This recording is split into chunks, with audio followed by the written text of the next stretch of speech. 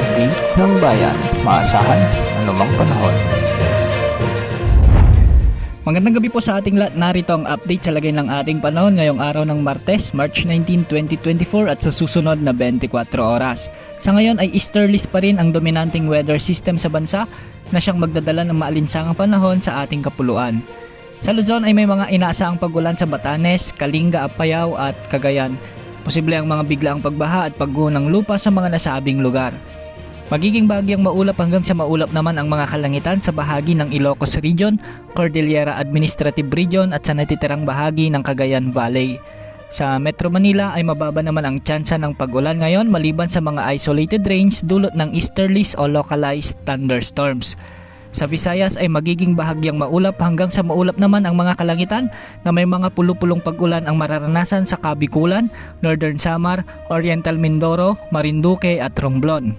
Asahan din ang mga mahihinang pag-ulan sa Leyte at Samar na minsan ay malalakas na siyang posibleng magdulot ng flash floods at landslides. Samantala magiging bahagyang maulap hanggang sa maulap naman ang mga kalangitan sa buong Mindanao maliban sa mga isolated rains sa bahagi ng Cotabato City, Marawi City at General Santos City. Kaninang tanghali ay pumalo sa 47 degrees Celsius ang heat index sa may Bacnotan, La Union o nasa extreme danger level na ng Pag-asa.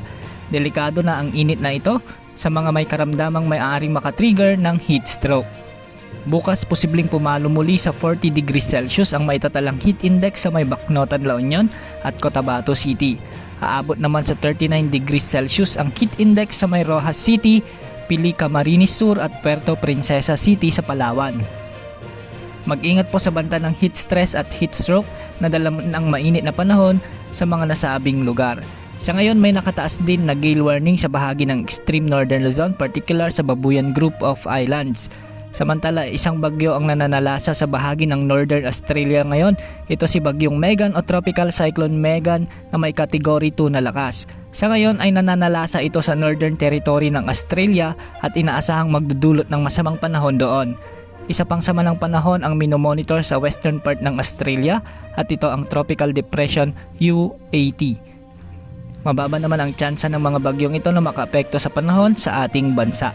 Base sa latest wind map ng GFS at ECMWF models, wala namang inaasang mabubuong sama ng panahon na posibleng makaapekto sa ating bansa sa susunod na 3 hanggang 5 araw. Yan ang latest update sa lagay ng ating panahon. Ito po ang weather update ng bayan, maasahan anumang panahon.